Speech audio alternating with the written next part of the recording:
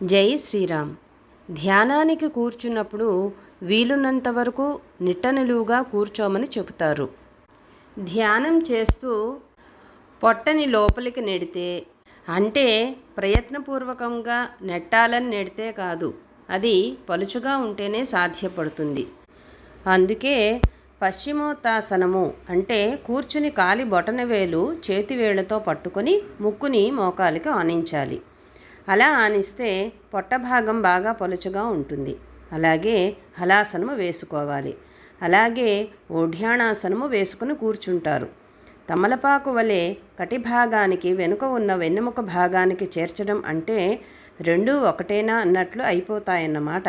అలా అయిపోతే మూలాధారానికి స్వాధిష్టానికి ఒక రకమైన ఎలైన్మెంట్ ఒకటి వస్తే ఆ ఎలైన్మెంట్లో నుంచి కుండలిని చైతన్యము ఊర్ధ్వగతి చెందుతుంటుంది. అందుకని యోగం చేసేవారు ఆ విధంగా యోగం సమయంలో పొట్టను బాగా లోపలికి తీసుకుంటారు. అలాగే మాస్టర్ సివివి పరిస్థితి కూడా ఆ విధంగానే గోచరిస్తుంది. అగస్త్య మహర్షి గురించి కూడా అదే చెప్తారు. ఆయన చేసేంత ధ్యానము ఎవరూ చేయలేరని చెప్తారు. ఎందుకు ఈ విధంగా చేస్తారంటే వారికి ఆ విధంగా ఇవన్నీ బాగా సిద్ధించినవి కాబట్టి. ఇవన్నీ మనకు తెలియడం కోసము హనుమంతుడు ఏ విధంగా ఒక అద్భుతమైన యోగస్థితిలో నిలబడి లంఘనం చేశాడో మనకి తెలియాలని వాల్మీకి మహర్షి ఈ విధంగా చెబుతున్నారన్నమాట. అలా సుందరకాండ అంతా చాలా రకాలైన యోగ రహస్యాలు ఉంటాయి. ప్రతివాక్యము అలాగే గోచరిస్తుంది.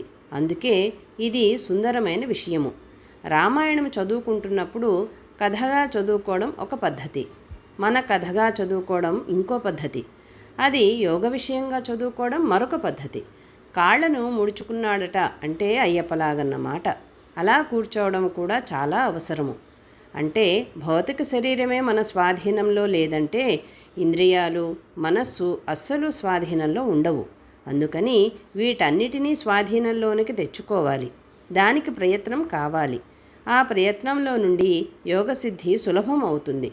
లేకపోతే కష్టము, కష్టతరము, అసాధ్యము ఇలా అయిపోతూ ఉంటాయి. జై శ్రీరామ్.